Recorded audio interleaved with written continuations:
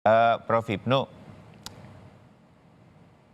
dari sejak kemarin pemeriksaan terdakwa, baik untuk Richard Eliezer di minggu lalu dan juga Ricky Rizal dan Kuat Ma'ruf kemarin, saya menangkap begitu, tampaknya majelis hakim terutama ini ingin lebih cepat nih. Maratonnya sudah mau finish kan, biasanya pelari maraton itu agak mempercepat larinya gitu. Jaksa penuntut umum sempat meminta 2 minggu untuk persiapan tuntutan terhadap Ricky Rizal dan Kuat Ma'ruf, tapi diminta untuk bisa cepat dalam 1 minggu. Nah, semacam ini apakah berarti nanti tuntutan, pledoi, replik duplik ini juga nanti akan lebih cepat? Saya mungkin mengecualikan Richard Eliezer karena mungkin dia nanti tidak akan terlalu lama berkaitan dengan tuntutannya, tidak akan ada terlalu argumen lagi berkaitan dengan tuntutan kalau memang sudah cukup sesuai dan lain-lain. Persis seperti ketika di awal persidangan. Prof. Hipnu, tebakan Anda berkaitan dengan jalannya sidang ke depan? Ya, ini terkait dengan manajemen peradilan, Mas Iya. Bayu. Majelis hakim dibatasi oleh waktu. Waktu yang terkait dengan upaya paksa. Upaya paksa apa? Adalah upaya paksa penahanan. Dan kemarin Majelis Hakim PN Jakarta Selatan sudah habis memperpanjang ya? Perpanjang, dan ini perpanjang lagi. Oleh karena itu mau tidak mau terhadap pembuktian tidak seperti yang kita bayangkan tadi bulat. Motifnya kena, pelakunya yang masih teka-teki juga terbuka, tidak mungkin. Unsur-unsur itu yang penting, bahwa kewajiban pengadilan negeri adalah mengadili, menyidangkan, dan memutus berdasarkan bukti-bukti yang ada. Idealnya bulat. Karena nanti, ini Mas Bayu, seandainya nanti karena waktu sudah habis, mau tidak mau hakim harus memutus. Kalau tidak, para terdakwa harus dikeluarkan demi hukum. Masih ada evaluasi kembali, yaitu adalah majelis banding. Judek faksi. Jadi judek faksi itu adalah suatu peradilan ulangan yang dimana ketika di dalam peradilan pertama yang kita lihat hari ini belum maksimal, atau memang ada bukti-bukti yang muncul di dalam suatu persidangan. Nah, disitulah ada peradilan banding. Peradilan banding itu ulang, makanya judek faksi, peradilan fakta. Idealnya fakta yang ada di persidangan pertama diuji kembali di dalam peradilan banding. Itu teorinya kan itu. Tapi prakteknya nanti Bang Martin yang bisa menjawab itu. Nah, oleh karena itu nanti itu sudah jelas itu nanti. Makanya mau tidak mau berjalan cepat, kalau bisa 30 hari pertama itu sudah ada putusan. Karena jangan sampai 30 hari kedua. Karena kita berbatas pada asas cepat. Ini suatu peradilan yang dalam tanda petik yang luar biasa, Mas Bayu. Saya kira dalam 1 tahun ini kayaknya baru kali ini yang sampai peradilan istimewa ini pasal 29, yang dulu kasus kopi itu juga sama. Lah, ini mengulang kembali. Dan oleh karena itu mau tidak mau saya lihat hakim bekerja cepat, jadwal ketat, sehingga tugas mereka sebagai majelis adalah mendapatkan suatu apresiasi bahwa peradilan ini selesai dengan rumusan yang tepat, dengan putusan masalah diterima atau tidak. Perdebatan itu nomor 2. Itu yang saya lihat seperti itu. Ya, oke. Bung Martin, Anda punya juga, kalau saya bilang itu semacam tebakan lah begitu berkaitan dengan rangkaian jalannya sidang.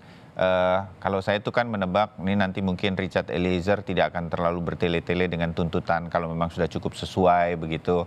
Sementara terdakwa yang lain mungkin akan menjalani semuanya itu, pledoi, replik dupliknya dan lain-lain. Bung Martin? Ya, kalau Richard Eliezer saya lihat begini ya Mas Bayu, karena pledoi itu kan bagian paling penting ya, pasca pembuktian ya. Kenapa paling penting? Karena disitulah seluruh kesimpulan-kesimpulan dan dalam suatu bentuk pembelaan dirumuskan ataupun diformulasikan baik oleh terdakwa sendiri ataupun melalui penasihat hukumnya. Jadi kalau pledoi saya pikir itu pasti akan dibuat dan pasti akan diajukan. Dan kalau tidak diajukan itu menurut saya itu kekeliruan yang fatal ya. Nah namun nanti mungkin untuk mempersempit waktu dan supaya azasnya itu bisa tergenapi ya, sederhana, cepat, dan biaya ringan, mungkin ya kalau saya lihat dari penilaian saya, apabila dalam pledoinya itu nanti penasihat hukum lebih banyak sependapatnya dengan tuntutan jaksa, maka pada saat replik mungkin jaksa hanya akan bertahan kepada tuntutannya gitu ya. Ataupun pada saat nanti pledoi ada poin-poin penting yang mungkin akan diambil, ya dalam jawaban replika itu justru positif gitu ya. Nah, sebaliknya ketika duplik, penasihat hukum lebih banyak sepakatnya ya dengan apa yang disimpulkan oleh jaksa, maka mungkin saja bahwa jawaban itu hanya lisan. Tapi kalau tuntutannya ternyata tidak sesuai dengan yang diharapkan oleh para penasihat hukum, maka pledoinya pun pasti jawabannya akan panjang. Dan ketika di pledoi dan tidak dipertimbangkan oleh jaksa penuntut umum, maka dupliknya juga akan panjang. Itu wajib, Mas Bayu. Kalau enggak, ya kita tidak memberikan bantuan ataupun pembelaan hukum yang optimal bagi klien kita. Nah, kalau untuk terdakwa yang lain, saya pikir mereka akan all out. Kenapa? Karena ya sudah hampir pasti bahwa jaksa itu akan menuntut dengan pasal 340. Orang mana yang mau dihukum mati gitu ya. Demikian, terima kasih. Ya, artinya semua tahapan ini kemungkinan besar berarti akan dilewati, tidak akan ada yang dilepas, ditinggalkan sedemikian rupa, semua akan diajukan dari setiap sisi, jaksa penuntut umum dengan tuntutannya, kemudian penasihat hukum dengan pledoinya dan lain-lain. Nah, dari sisi waktu, menurut Anda Bung Martin, dengan pengalaman Anda sebagai praktisi juga, waktu ini masih cukup untuk berapa ini? 5 orang terdakwa ya, Bung Martin? Sangat cukup, kan kemarin kita lihat perpanjangannya tanggal 6 ya. Ya. Berarti kalau kita hitung 60 hari itu akan jatuh di tanggal 7 Maret kalau nggak salah. Karena Februari kan hanya 28 tanggal ya. Ya. Nah, berarti di 7 Maret. Saya pikir waktu itu sangat lebih dari cukup ya untuk memeriksa sampai dengan putusan. Taruh aja nih tuntutan 2 minggu, ya pledoi 2 minggu, berarti kan 4 minggu ya. Habis itu replik duplik seminggu, berarti 6 minggu. Putusan 2 minggu, 8 minggu. Itu masih ada spare waktu. Nanti ketika setelah selesai putusan, saya pikir supaya jangan bebas ya, sebelum pada saat putusan langsung jaksa banding gitu loh. Biasa itu Mas Bayu. Supaya nanti kewenangan untuk menahan itu beralih ke pengadilan tinggi ya. Demikian, terima kasih. Baik, oke, terbayang, cukup sekarang. Karena ini juga Prof. Hipnu, ini juga menjadi pertanyaan banyak orang. Kapan sih selesainya? Kira-kira begitu. Tapi ini kita sudah coba gambarkan bagaimana kemudian langkah-langkah yang akan sebentar lagi terjadi di peradilan dengan sudah pemeriksaan masing-masing terdakwa ini. Anda setuju bahwa ini akan cukup waktu dan ini akan bisa selesai sedemikian rupa di dalam persidangan kali ini? Jadi ini sudah mendekati finish, Prof. Hipnu.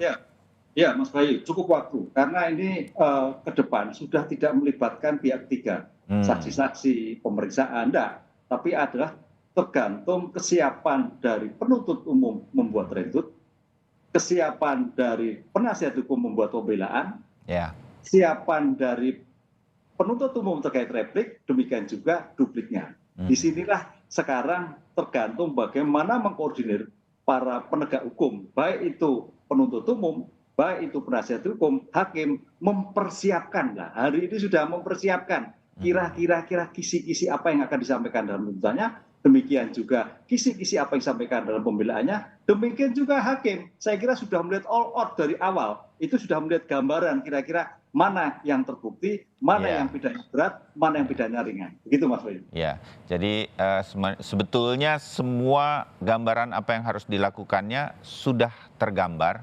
Tinggal kemudian dilakukan dalam bentuk tertulis bayangan saya untuk kemudian nanti dibacakan dengan segala pertimbangan hukumnya seperti yang pernah kita dengarkan juga di persidangan yang lain. Oke, saya akan berpindah ke topik yang lain tetapi masih berkaitan dengan pemeriksaan terhadap Ferdy Sambo.